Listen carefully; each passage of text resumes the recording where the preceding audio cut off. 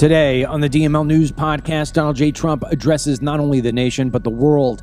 And he does it boldly, and he does it strongly, and he does it longer than anybody else did or ever has done.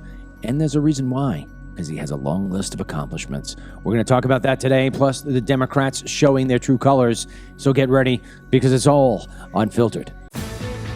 Dennis Michael Lynch gives you his word, and he will never let you down. He will always fight for America.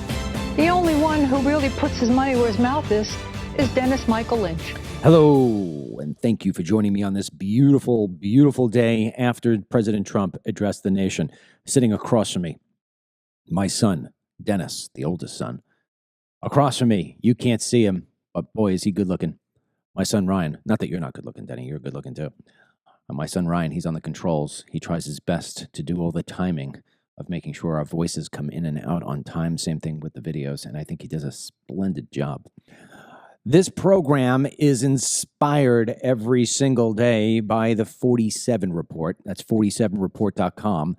You go there, you put in your email address, and then from there on in, you are the smartest person in the world when it comes to Trump administration, how it is that MAGA is going, and how it is that the Democrats, the media, and the rhinos are trying to get in front of our president. I should also add in the courts, because we're going to talk about that. There's some breaking news from the Supreme Court, the idiots that they are.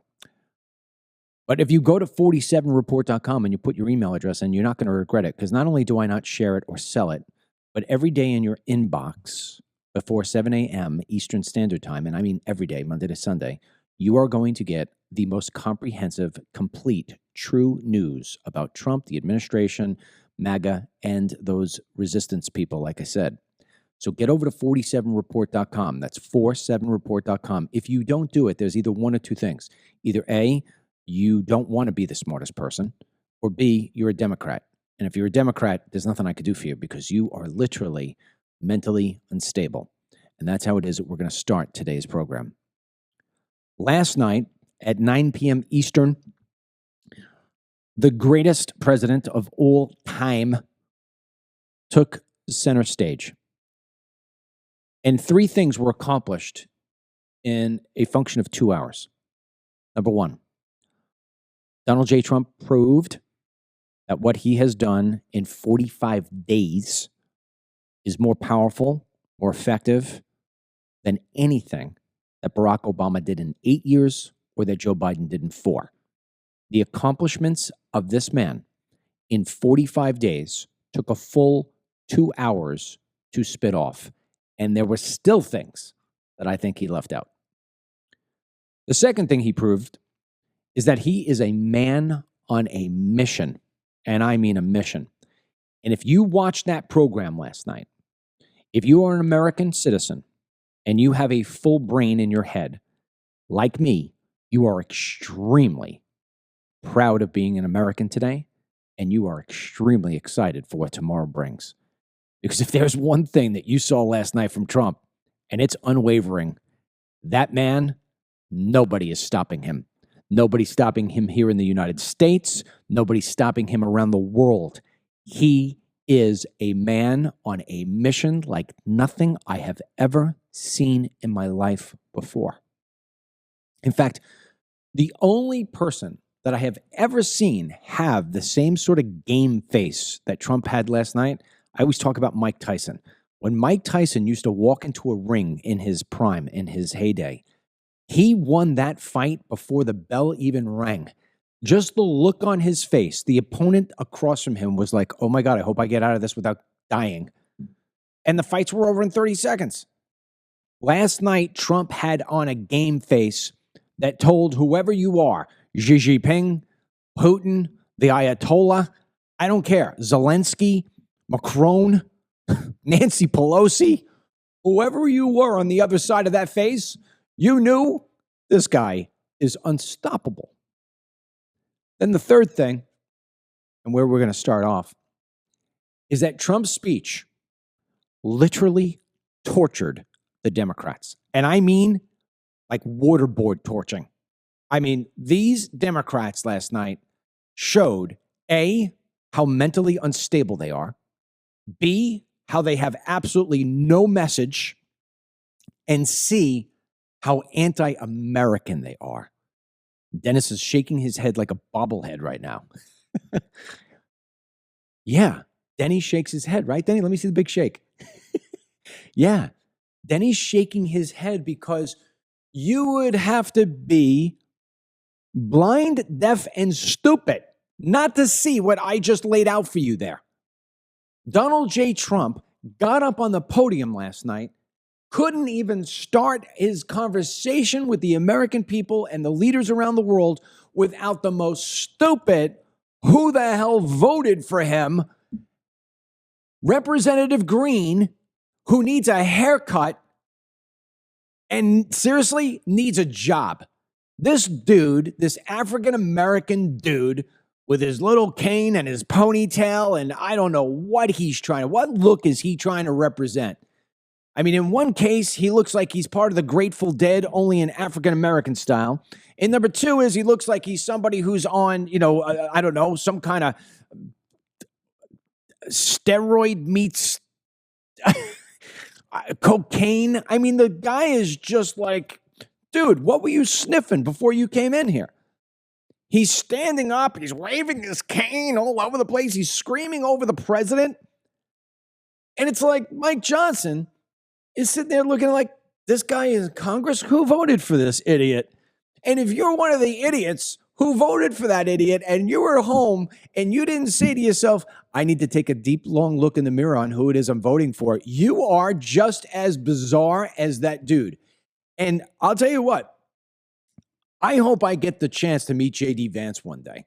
I got a feeling that there's a little bit of J.D. Vance that reminds me of myself, to the point of where if somebody hits you and says something the wrong way, we may be throwing fists. Because there was a part of J.D. Vance last night that I thought that he was actually going to leave his seat, go down into the freaking auditorium, grab Green by his ponytail, and drag him out the door. But instead, we had agents do it instead. Let's play the video of Mr. Green sitting there and looking like an absolute asshole. Play it. Mr. Green, take your seat. Take your seat, sir. Take your seat.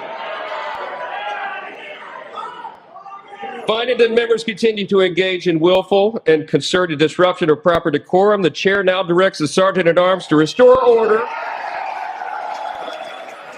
Remove this gentleman from the chamber. Now, for those of you who are listening only and not watching the video, and those of you who didn't see this last night, agents came in, circled around Green, and walked him out like an absolute loser. I mean, and if he was looking to get his 15 minutes of fame, he already got it 3 times prior to this. This dude has tried to impeach Trump 3 times. Most recently, a couple of weeks ago. He is an absolute embarrassment. But he could very well be the poster child for what a Democrat is.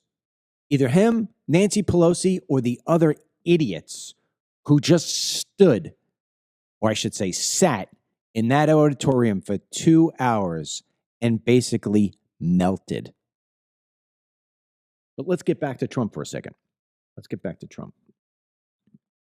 We're going to play a series of videos here from last night, and we're going to focus today's entire program on what took place last night, with the addition of Dennis is going to give you some information about the Supreme Court and the ruling it just made about foreign aid.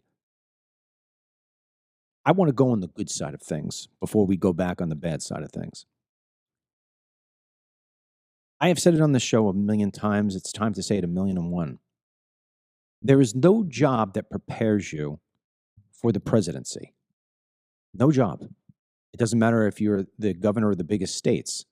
There's no job that prepares you.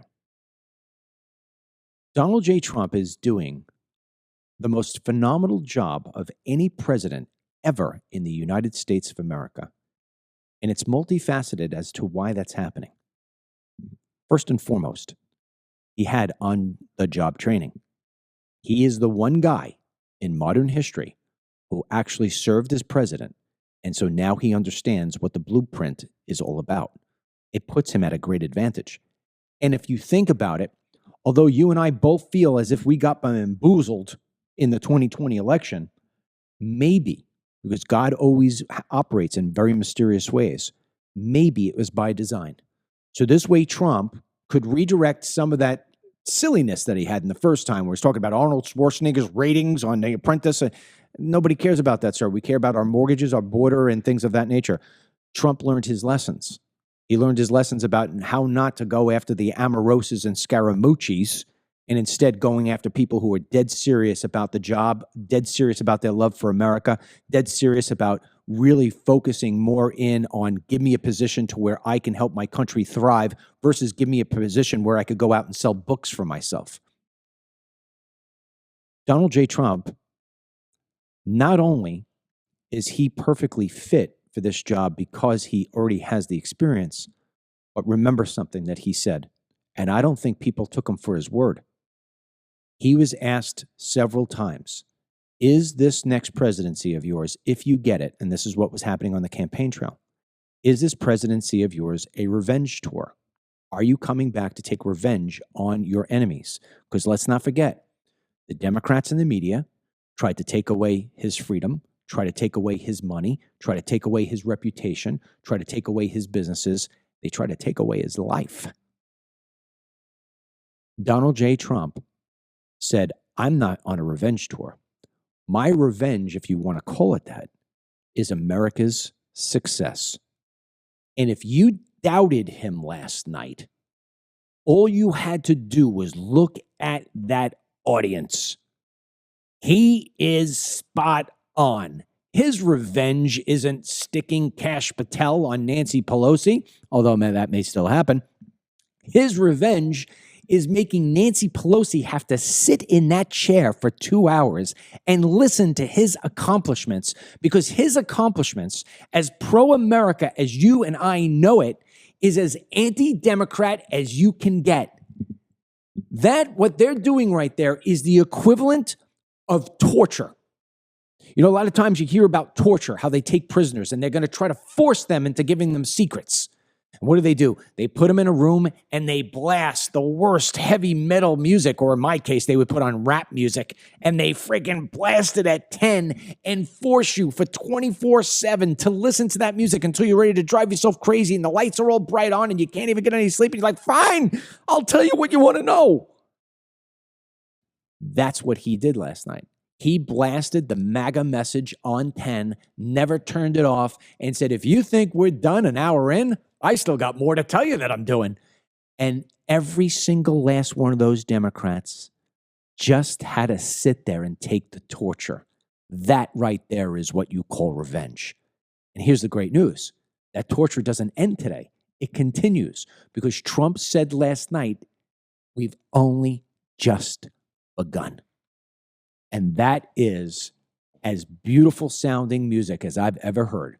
Make America Great Again is in the first inning of a 9-inning game.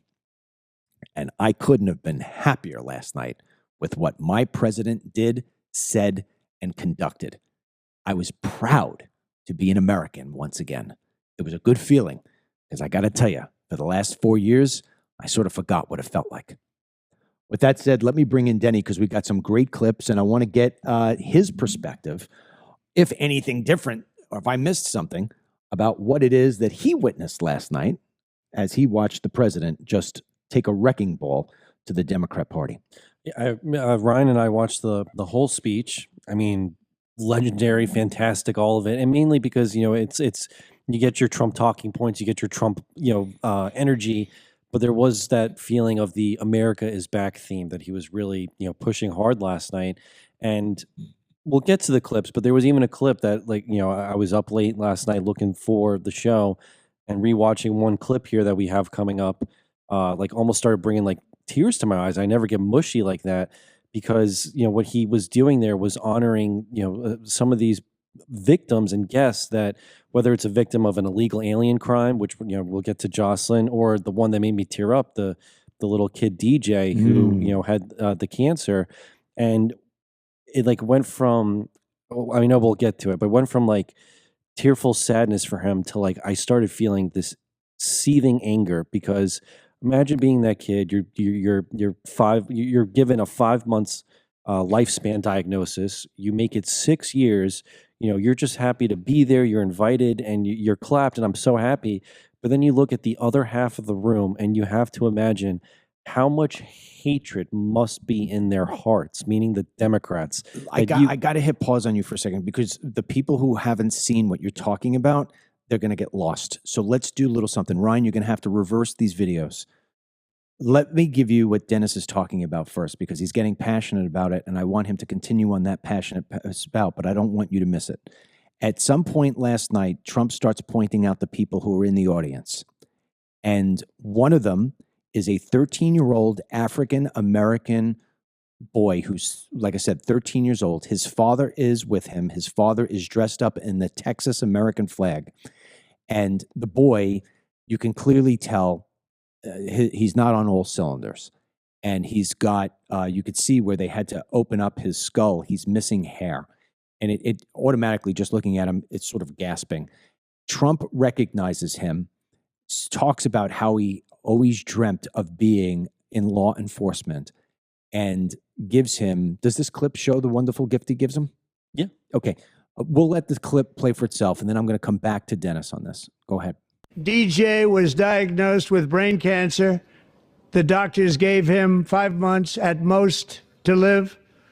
That was more than 6 years ago.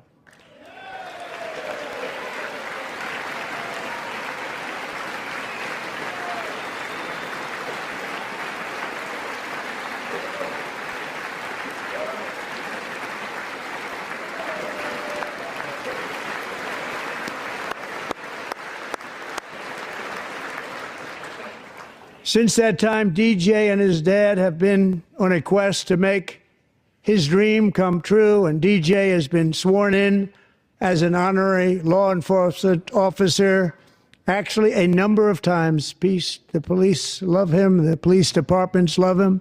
And tonight, DJ, we're going to do you the biggest honor of them all.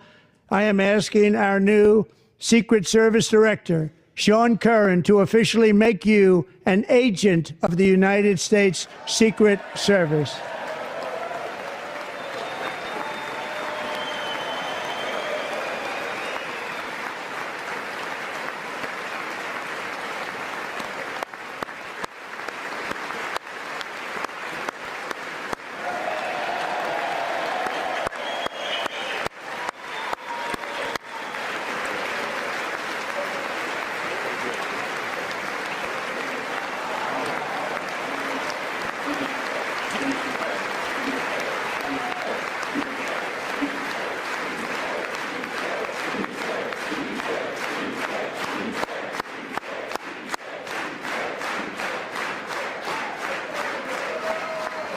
Thank you, DJ. Now, before I let Dennis continue his rant, for people who were just listening, there is a touching part in there where the Secret Service agent hands the young DJ what looks like, the ID. God forbid the Secret Service comes to your house and they show you that FBI-looking badge, the Secret Service badge, and the little boy hugs that Secret Service agent, who happens to be white, by the way, and gives him the kind of hug that just conveys love at a level you can't imagine. And the camera turns away from that and looks at the crowd, and only the Republicans are standing. The Democrats are actually sitting. Now I let Dennis continue on his passionate. The Republicans and every guest. I mean, how can you not? There's a video too. We just didn't have the time for it, but it was from the White House page. They were interviewing him before the address, and he talks about, he had like 10 plus brain surgeries. This kid's a fighter. And there were so many moments last night where it's clear it's a bipartisan, common sense approach. Victims, you stand. Republicans do, even when it's Biden speaking, and they didn't. They just sat there with their little black signs, and wearing the pink because they're defending women, even though they all just voted against the idea of keeping men out of women's sports. So it was so shameful of them, but it really just shows that if you have hatred like in your heart, it's corrosive, and you could see it in the Democrats. They don't have love for America. They don't have love for any of the achievements that have actually been accomplished. They don't have love for people who survive cancer and get a moment like that, and they just can't even take the 10 seconds to be happy for him. It's really pathetic.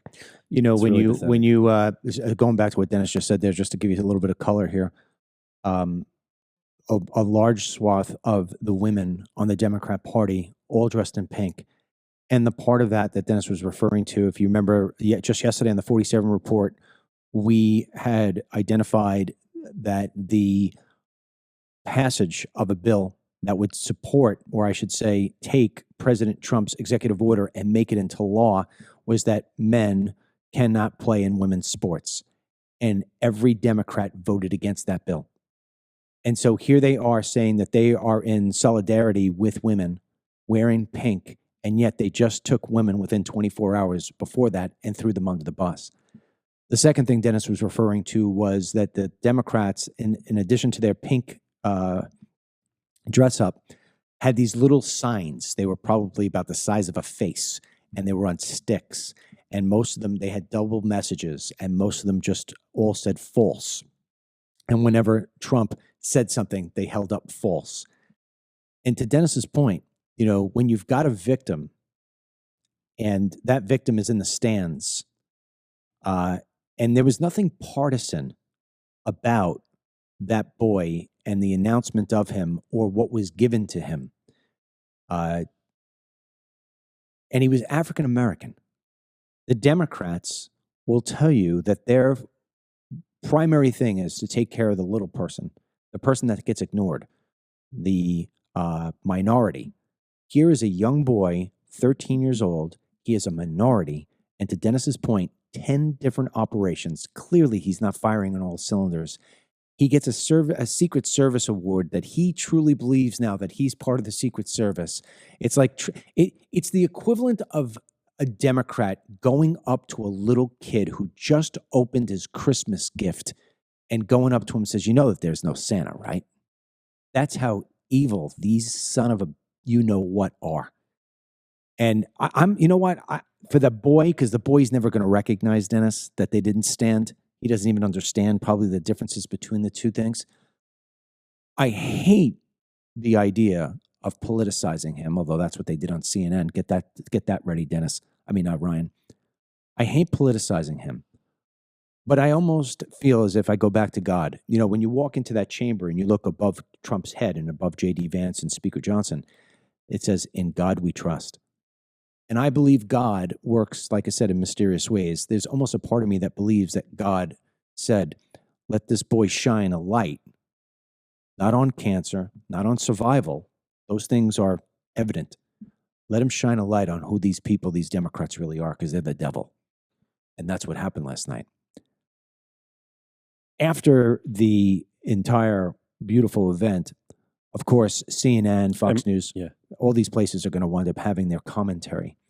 I'll let Dennis explain to you who the woman is and let the video speak for itself about what she says. I just want to, it's this one is MSNBC with I'm sorry. Nicole Wallace. Nicole Wallace. Nicole Wallace, just so this way you know, is your typical white female liberal, which it's the equivalent of having to listen to fingernails go down a chalkboard and looking at somebody that you just would like to say, "Ugh, if I could deport you to Mars, you'd be on the first flight out, baby." Play the video. But I think this was a lesson in finding one thing that you let yourself feel. And I let myself feel joy about DJ. And I hope he's alive for another, 95 years, right? And I hope he lives and the life he wants to live. He wants to be a cop. He knows what he wants to do. And maybe when you have childhood cancer, that crystallizes for you. And I hope he has a long life as a law enforcement officer. But I hope he never has to defend the United States Capitol against Donald Trump's supporters. And if he does, I hope he isn't one of the 6 who loses his life to suicide. And I hope he isn't one who has to testify against the people who carried out acts of seditious conspiracy and then live to see Donald Trump pardon those people. Yeah, Dennis. So there you go. She's going to use that kid and say, "Oh, if he's ever a police officer, I hope he doesn't have to deal with January 6th. Who says that? Even the suicide part at the end there. It's like, they're so disconnected from how they sound sometimes, or most times, or all the time. It's diluted. Do they ask themselves, why does no one watch our program anymore? It's moments like that. Rachel Maddow did a same thing, saying like, oh, how could Trump even, bring him to the Congress? He had nothing to do with like trying to cure his cancer or his brain surgery. It's like he's bringing him there to honor him because he survived and because he wants to be a police officer and because he's an American citizen. Who are you to even ask that? That boy represents the heart of America, right?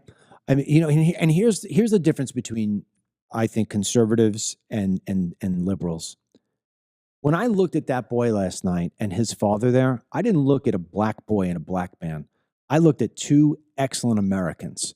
And the only reason why I point out that they're African American is because the Democrats will tell you about how it is that the Republicans are racists and that they hold the black man back. Really? Donald Trump holds that man back?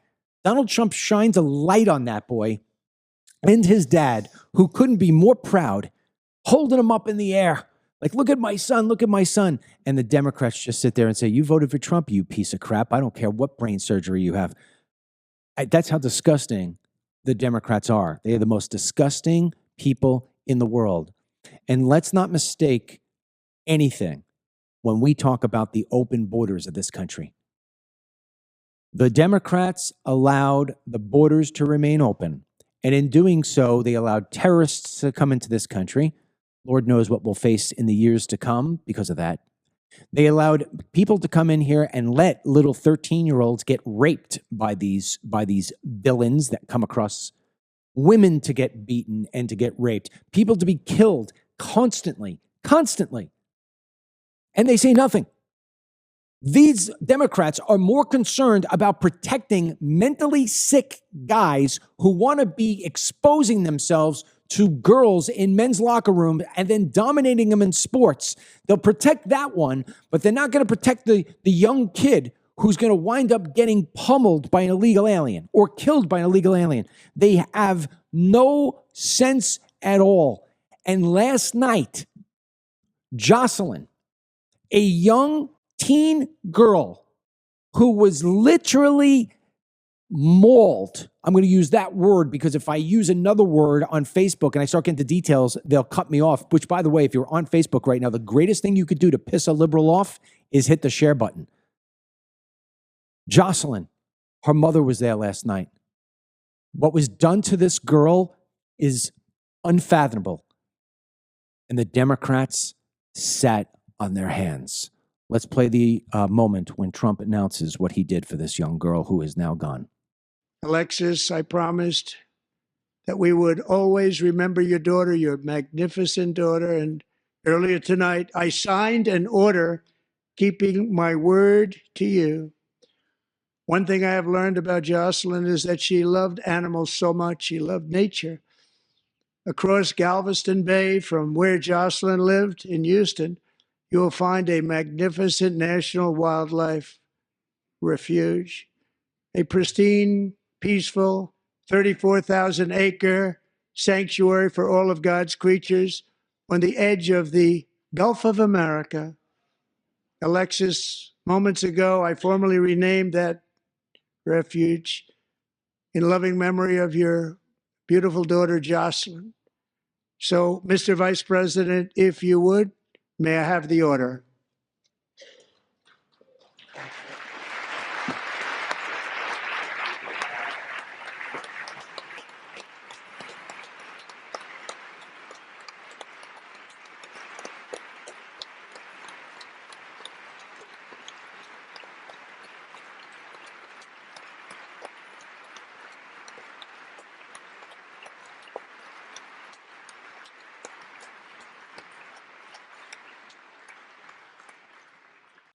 You know, there's a touching moment there. I mean, you know, the strength of these parents, you know, to stay strong for their loved one.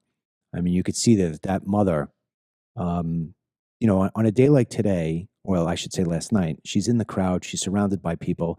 There's the applause. It's a memorable thing in terms of remembering and honoring her life and Trump doing what he did. And there's, you know, you can see the tear coming down, but she's not emotionally wrecked.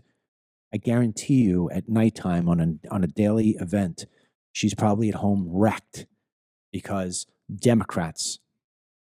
See, they also had Lake and Riley's family there last night. And whether it's Jocelyn or Lake and Riley, you could say an illegal alien killed them. But as I posted last night on X, the Democrats killed those kids. The Democrats killed those kids.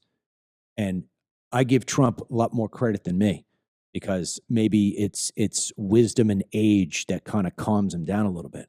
But if I were given that speech last night, I would have turned to the Democrats right after they didn't stand for Lake and Riley or DJ or Jocelyn. And I'd say, you people are the slime. You are the dog shit that I step in when I'm in the park. How dare you sit on your hands? You're the ones who killed those kids. I'd call him out, but he's going much classier than I would be. And even during parts of the speech, I mean, I hate to sound pessimistic, but Trump even alluded to it. How do you reach across the aisle and even try to work with those people if they can't even find a soulful moment in their hearts to stand for any of those victims that were honored? Instead, they were so focused on what time is my time to walk out of the address to make my statement. And obviously, we'll save our audience the low IQ videos that came out of it.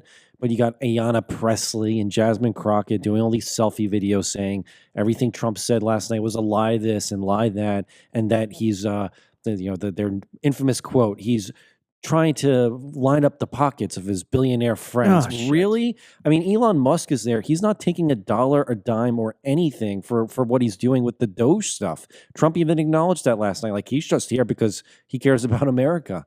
I mean, it's just so clear at this point. They have no message. They have no real leadership. They have no empathy. And they're so focused on posing themselves as these resistance figures that they have really lost the meaning of what it's supposed to be a senator or representative, to represent your constituents, which apparently to AOC is illegals, but represent your constituents and represent America. And if that's what they're trying to represent, I want no part of them. I don't care about bipartisan anymore. I mean, Trump even said it. In fact, Matt Walsh tweeted, the public broadcast last night didn't even do it justice in a way. I mean, obviously Al Green, but you could kind of hear throughout Trump's speech, no voices and noises in the back at random shouts. And Matt Walsh confirmed in a tweet, he's like, the cameras and the audio just didn't pick it up. Throughout the speech, continuously, they tried interrupting him at various different points. And it's like, I wish Mike Johnson could have just thrown them all out.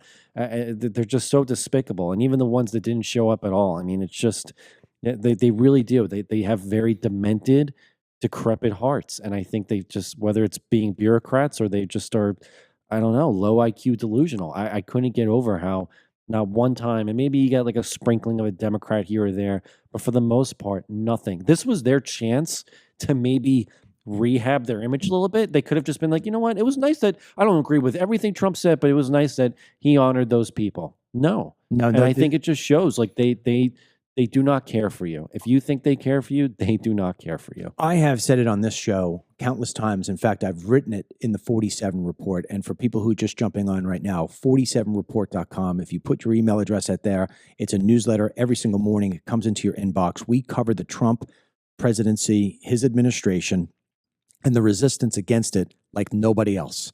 I think we're going to one day win awards for this newsletter, and it continues to grow, and the open rate of people getting it and sharing it is just insane. Please go to 47report.com. It will be in your inbox every single day before 7 a.m. And then as a bonus, we also send you the DML report at 5 o'clock every single day, which is becoming even more popular than the 47 report. But I have written time and time again that Trump can come up with the cure for cancer, and they would say that he did it the wrong way. He could feed all the people who are hungry in the world, and they'd say that he gave the wrong food. I say it all the time. And he brought it up last night. He said, I can cure disease, I can cure crime, I can cure, and you still wouldn't stand up, you still wouldn't clap. And he really called them out for what they are. And I think what we're going to start to see is that a wide swath of America who didn't vote for him is going to find it near impossible not to champion for him.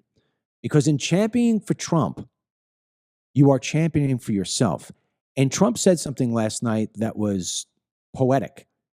He said, this is our presidency, not my presidency, our presidency. And let me tell you, Republicans and the RNC really have a 2-year opportunity here. And Elon Musk actually tweeted about it this morning. You know, I feel like it's been a decade at this point. I'm so tired of the slim majorities. You know, oh, we just kind of have it. Oh, we can just make that vote. And thankfully, some of the confirmation votes, or most of them, or all of them, have gone through. But it's always a slim majority. And Elon Musk said it last night, or this morning about last night. You know, there's no reason we can't have 60 senators that are Republicans. There isn't. There's no there really reason. is not. There's no reason. The possibility is there. And I almost like maybe let's just take Lara Trump back away from her show and put her back in the RNC, because they really did some good work with this past election. I would love to see it if by 2026, I never have to hear about how Republicans just have that slim majority here and there. Yeah. Like, let's take it. Let's really take a good chunk here. At some point, that's a very interesting thing you brought up. I thought about this last night. The Democrats may actually be hitting rock bottom. And if I lose my train of thought, remind me of that. The Republicans lost their soul right after Ronald Reagan.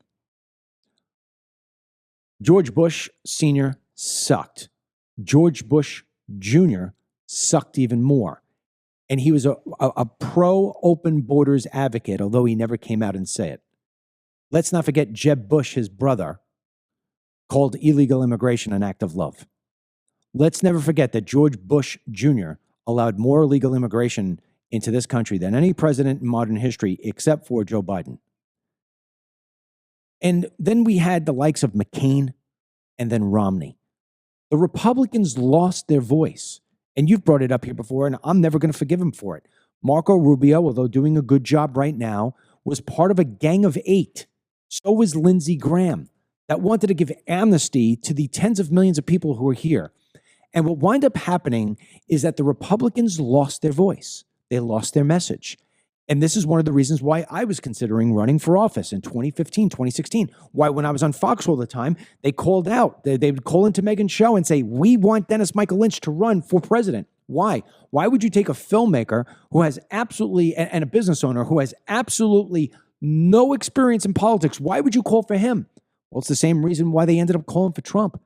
They wanted an outsider. They needed new blood to revitalize and save a dying Republican Party, and to get back to the part that is what a Republican and a conservative is. Principles based on the Constitution and the rule of law. We had lost that. Trump comes in and he corrected the Republican Party. He started that correction in his first term, but he really has gotten it in the last year and a half. And you've watched all these different Republicans coalesce around him and figure out that, hey, if I'm not on board with Make America Great Again, I'm out. I'm done. I think what we're seeing now, and here comes my original point, the Democrats have lost their way. Go back to sitting on your hands for little DJ. That's our party? Think about how many times we've watched that extraterrestrial, James Carville, who said that Trump was going to implode in the next 30 to 45 days. I wonder if he's not going to take back that statement today. But how many times has he said the Democrat Party has lost its way? Look at the people we're freaking hiring right now. Look at the people that represented the Democrats last night in that auditorium. Pathetic. Bill Clinton, although a dirtbag by means of what he did to Monica Lewinsky and other women, you go back and you look at his presidency, he wasn't a bad president per se. He talked about closed borders. He talked about economy. He talked about, the greatness of America. He just was indirectly going in the wrong direction because he was a lefty. But really, he was a centrist in many different areas. Even Hillary Clinton, as much as I can't stand her, listen to some of the things she has said over the course of time. Where did that message go? Joe Biden, the same thing, about secure borders, about the economy, about energy, about all this different stuff. The Democrat Party now has become so unhinged, so without a voice, without a message, and without a connection to the American people, that they are now hitting rock bottom. And the one guy who they thought was going to be able to be, the next coming of Obama in white skin, which was Newsom, he blew himself up in the last set of fires. They have no voice. And so they are rock bottom. And maybe this is the point in time, and I would champion for this, where the Democrat Party actually goes back and says, when were we most successful in our days? And they're going to look at JFK. And they're going to say, we need to go back to the JFK Democrat. We need to go back to even the days of Clinton, because they left that area so long ago when Obama took place, and then they only went in super drive when Biden came in. And now you got the likes of AOC and Ilhan Omar being the two biggest faces connected to your party. You are a dying breed. I mean, look, right? You just said Hillary Clinton, Bill, and I'll even throw Obama in there. I don't agree with any of those people, but at least if there was, just say something nice. They've always had that, the leadership look, despite the fact that they're all crazy radicals.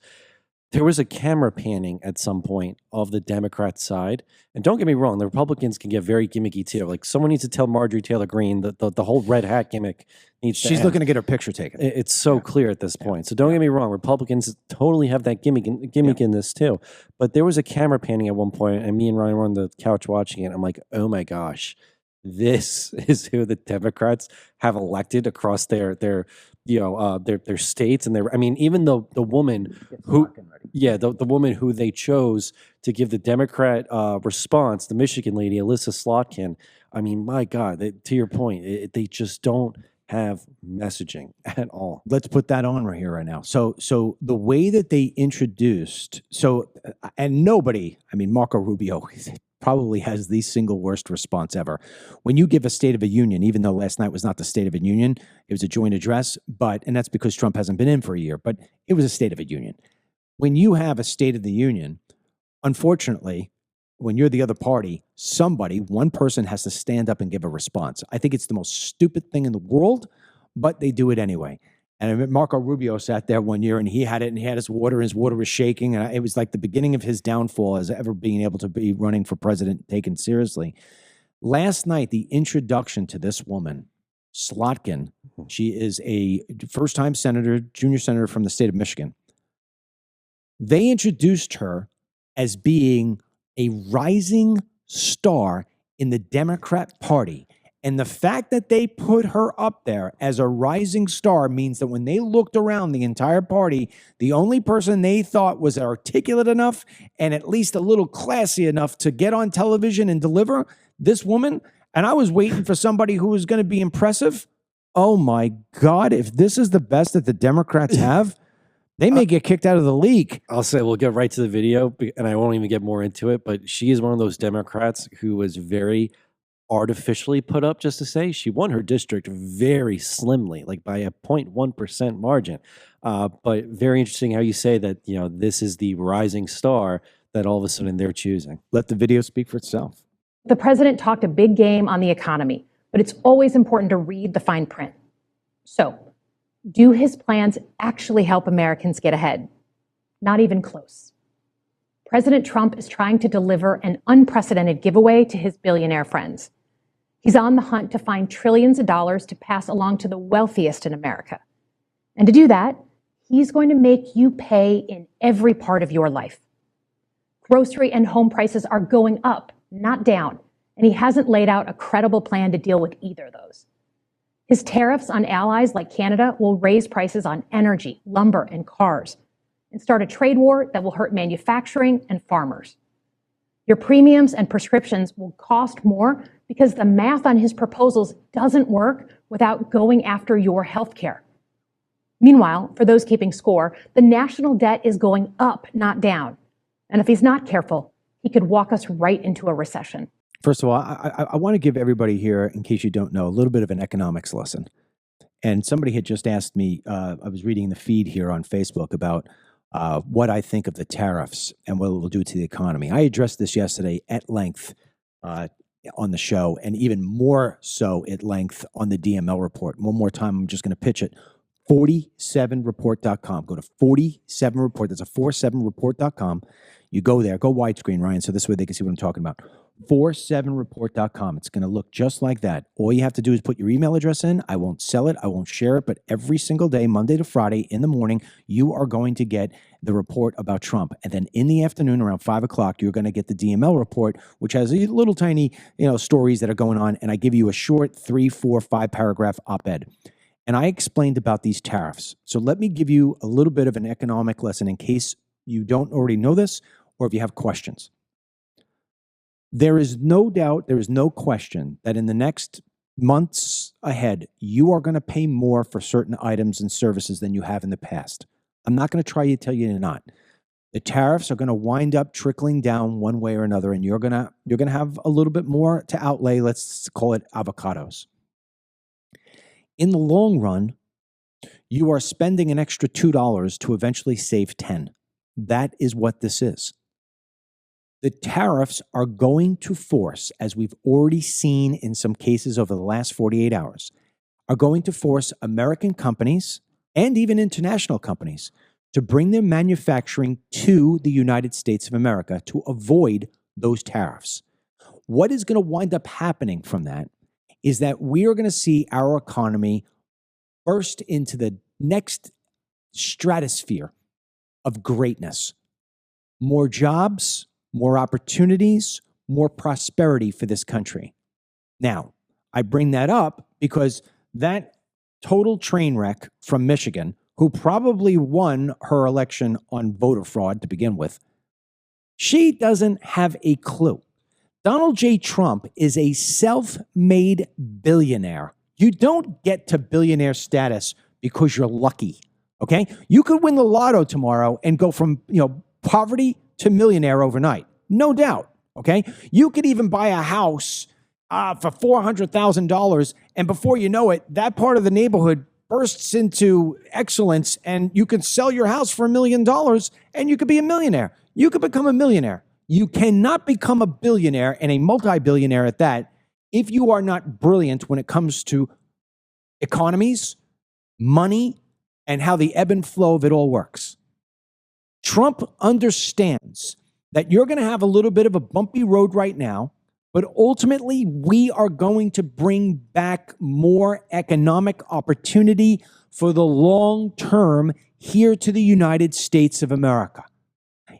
In the last 2 days, I will tell you, just in stock market paper losses, I have lost a lot of money.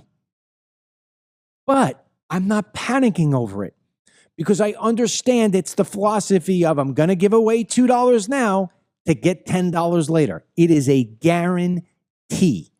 Democrats don't understand that. Slotkin doesn't understand that. And many Americans don't understand that because they only understand the 6 inches in front of their face. But I am telling you, as much as I have a sweatshirt on here today, we are going to prosper for this in the long term in ways that are impossible to measure today. Well, and I want to go back to something you had said.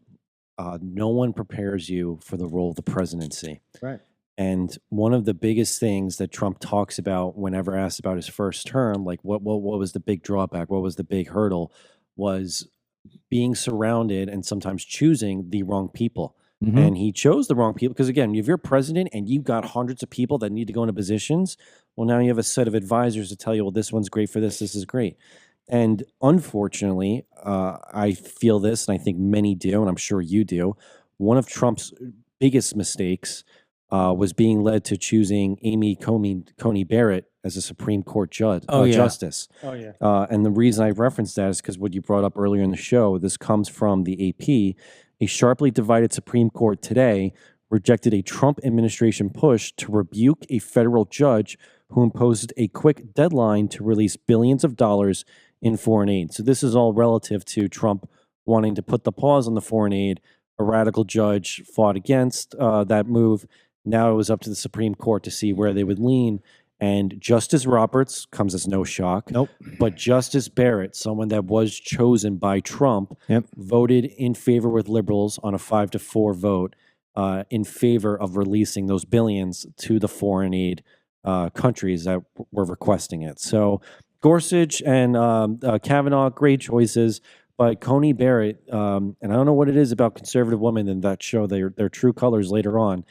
She has continuously voted against anything that's been related to the Trump agenda ever since she was chosen. And I mean, what's his name? Who's the turtle from Kentucky? Senator. What? Mitch McConnell? Yes, McConnell. He was a huge advocate for her Of course. choice on the Supreme Court back then. So my hope is that in the second term here, I know there's some talk about Justice Sotomayor that she may step down in that term. I'm hoping they really vet who they're putting on that court next. Because Listen, he doesn't even need a vetting. long-term So if you implications. see what you're saying right now is brilliant, because if you go back to the first term, Trump centered himself around people that he couldn't trust. There were a small little handful, and he couldn't trust them. In fact, the one that he probably could have trusted that was going to stay the course the entire time and do the right thing was Steve Bannon. And I'm not even a Steve Bannon fan, but Steve Bannon is a true conservative who can't stand liberals. Trump didn't do that. He got rid of Steve Bannon almost immediately because the people internally who, as far as I'm concerned, he had a parade, a circus of rhinos. They knew that getting rid of Bannon was going to be, hey, we get rid of Bannon and we've got free reign here. And we're going to railroad this guy because Trump is so worried about his headlines. He's not thinking about what he needs to do as president. Now Trump understands his headlines are just going to come. He's got to perform. And so he's got the right people. Go back to what you said in stage one, right? Trump 1.0. He is being told, this is the guy you need. This is the girl you need on the Supreme Court. And I remember, I'm like, why are we going after these people here? I can tell you right now, you've got two people that have already been highly vetted. Put Mike Lee and put Ted Cruz on the Supreme Court. You will have conservatism running up and down the street.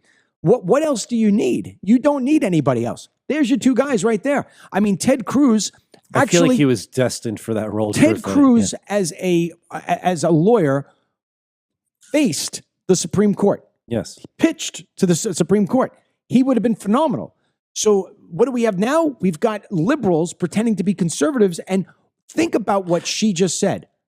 We need to take the American people's money, even though they're saying, don't send my money over there. She's telling you, screw you. I want money sent overseas, and now we're going to send it overseas. So the Trump administration is going to have to figure out, and they will, Dennis, if they're going to send that money, how that money is going to get redirected and appropriated. So this way it works to our benefit, and then we're going to cut that shit off. I'll say, if anyone watches the playback of the speech last night, when he goes to shake the justice's hands, she almost like gives I remember watching it this morning. She gives like a look that just shows that maybe that, you know, she, whether it's disdain or disrespect, I just think that, you know, for someone who got the honor of being put on the Supreme Court and then you're choosing to side with things that are against the American people, it's just shameful. You know, we got a couple of little things here left to go. So let's go into the positive part here about what Trump is doing, and then we can wrap up here in the next 10 minutes. For people who don't understand Trump's plan, there's only been one part that has not been addressed yet, and that's healthcare. But that's coming. So I want to just put together in 2 minutes here how it is that Trump is making the perfect wheel, right? What does a wheel have? A wheel has many different spokes. So take the wheel as being your life in America. What are the two things that you need most in America? You need financial freedom, financial stability, and you need safety. If you have money and safety, well, then the rest is up to you, right? Build your family, build your home, build your experiences. But it's hard to do those two things without financial stability and without safety. Trump has done work at the border beyond anything I ever imagined could be done in 45 days. In fact, before I go on my whole wagon wheel thing here, Ryan, play the clip that we have right now of Trump talking about his border accomplishments. The media and our friends in the Democrat Party kept saying we needed new legislation. We must have legislation to secure the border. But it turned out that all we really needed was a new president.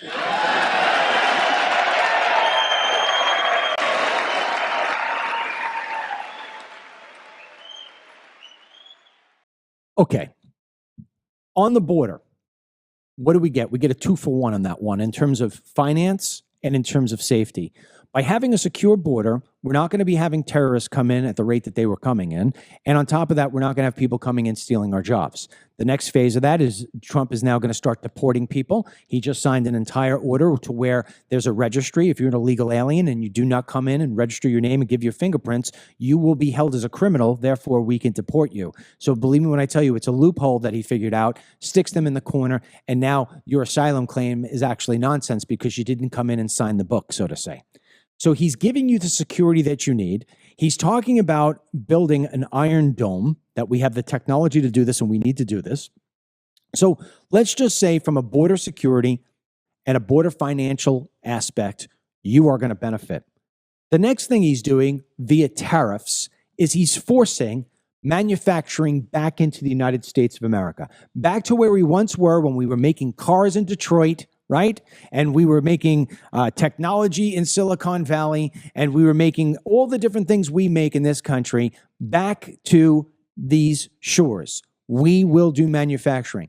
That alone right there is not only going to build us in a prosperous sort of way here at home, but what you'll see is that we're going to have far more exports than we are having imports. Great way to do things. Great way. Also, to bring back on the border, I love last night he brought up the whole $5 million gold card for anybody who wants to come into this country. No more chain migration, no more coming in based on who you're related to. Instead, you come in here if you're a job creator and you're highly vetted and you have the amount of money that one needs to become an American citizen. We are not selling our country like it's a prize that comes out of a Happy Meal. This is a Ferrari of countries. And if you want the Ferrari of country, you're going to pay for Ferrari of country. We're not giving that away for free anymore. And if we take in enough of those people, 1 million people, 2 million people, we're going to start lowering our debt significantly, which puts our country in the US dollar at incredible strength. Next, he is going to end the waste and the fraudulent spending of the US government, which should indeed put more money into your pocket because there will be less need for you to pay taxes. So this way your money is just thrown down the toilet. Oh, and by the way, talk about taxes. He talked about it last night. We are now talking seriously about extending the 2017 tax code, tax benefits that are there. This is not for the rich billionaire. I can guarantee you that Elon Musk is not walking into Trump's office and saying, listen, me, Bezos, Zuckerberg, all the other billionaires, we got to figure out how to go from 10 billion to 11 billion. Can you do things for me, please? It's not the way it works. It's not the way it works. All right? In order for those billionaires to make more money, they need a solid country. Remember, Elon Musk, for the most part, is in the business of selling things. Zuckerberg is in the business of selling things. Zuckerberg sells advertisements. Elon sells Teslas. If the people in the companies out in the country don't have money, those billionaires suffer. So the more money that other people have, consumers have, and businesses have, the better it is. So yeah, lower taxes, because when you lower taxes, businesses get more money. They can borrow more money. They're going to hire more people. They're going to make more investments. They're going to buy more goods and services. Everybody's going to prosper. And that's how the billionaires go up. Not because they're getting a tax cut. That's not it at all. Because if they got 100% tax cut, but they got zero new revenue, it doesn't do anything for them. So only a stupid-ass Democrat would get up there and tell you that he's going to make tax cuts to benefit his billionaire friends. No, he's going to make tax cuts to benefit everyone, okay? And he's already doing that. And once that's all done and he can focus in on healthcare, if we can take the same principles that he has put to these other issues and he applies that same sort of working philosophy of make America great again, America first, lower costs, get out the fraud, get out the waste, and make it so this way Dennis Michael Lynch doesn't pay $3,300 anymore per month for his health insurance. Oh, with, by the way, a $70 deductible. Make it so this way he could go back to $700, $800 a month again with a $10 deductible. He's going to put more money in my pocket. When he does this, and he will, he has a complete wheel, and this country will freaking thrive in a way that a Democrat will never win another election again. And he said that to them last night, and he means it, and it's going to stick like white on rice. So trust me when I tell you, what you saw last night was a president who is on his A game. And then, as just adding a little sugar on top, you got this Prime Minister Trudeau who's on his way out. He has been rejected by the Canadian people. He's a train wreck. He's a globalist. He's a frickin' loser. He is Nancy Pelosi in a young man's suit. Play what this freaking trash had to say about my president. Go. To one specific American, Donald. In the over 8 years you and I have worked together, we've done big things. We signed a historic deal that has created record jobs and growth in both of our countries. We've done big things together on the world stage, as Canada and the US have done together for decades, for generations. And now we should be working together to ensure even greater prosperity for North Americans in a very uncertain and challenging world. Now, it's not in my habit to agree with the Wall Street Journal, but Donald, they point out that even though you're a very smart guy, this is a very dumb thing to do. We two friends fighting is exactly what our opponents around the world want to see. Let me say something right now to Justin Trudeau. And you, the person watching this, are responsible to get it to him, so you have to hit the share button once you get this. Justin Trudeau, also known as Fidel Castro's son, let me be very clear about a few things that you need to know. First of all, America doesn't need Canada. Canada needs America. Number two, we're not best friends. We deem you as the neighbor we're stuck with, and you've ruined the house next door. You've brought the value of our house down, and we're disconnecting. We're building our bushes really high so nobody has to see what you have to offer, which is really nothing. Number two, with regard to Canada and the United States, you best get yourself in order before your time is up anyway, because the deeper you dig a hole for the Canadian people, the deeper that hole is that you're never going to get out. And then last but not least, and maybe most important, I don't know who the F you think you are, you little dumb liberal radical. You wouldn't know smart if it sat on the tip of your Canadian nose. You do not address my president as Donald. To you, he is Mr. President, President Trump, or Sir at the very least. You do not call him Donald. There's only one person in the world who is allowed to call him Donald, and that is the First Lady. Aside from that, you will treat him with respect, or I will tell you right now, you will take your country and throw it so deep down into the abyss, you would think you were Mexico. Shape up your act, little man, and adios, amigo. Say, didn't he? What happened to resigning? Is he just waiting until someone fills in? Because I'm so tired of hearing that man. You know, there is one amendment I think we have to make here about the speech last night. There actually was one moment where the Democrats cheered. Want to take a guess when it was? Or what he mentioned? Go ahead. When Trump brought up Ukraine. When he brought up how Ukraine has received billions before, that was the only time they had any cheer. There you go.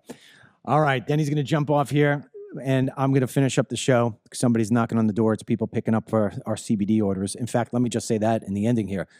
We have a 50% off sale site-wide going on. It's until Thursday. It was Sunday, but people asked me, please, can you continue it to Thursday? I don't know. Do people get paid on Wednesdays? Why is it Thursday? I mean, I might as well just do it to Friday. But anyway, DMLCBD.com. You get 50% off with the coupon code NEWS, N-E-W-S. 50% off site-wide, DMLCBD.com. Everything with the coupon code at checkout, NEWS, N-E-W-S. Do not miss out on that. If you're not getting sleep, if you don't have a strong immune system, if your skin and your face isn't really doing what it should be, it's crusty, it's dry, all the different skin stuff that's going on. If you want more energy, if you are looking to curb anxiety, DML CBD is the Ferrari and we are now giving it to you with the coupon code NEWS at a Kia price. That ends. I'll extend it to Friday. That's it for us.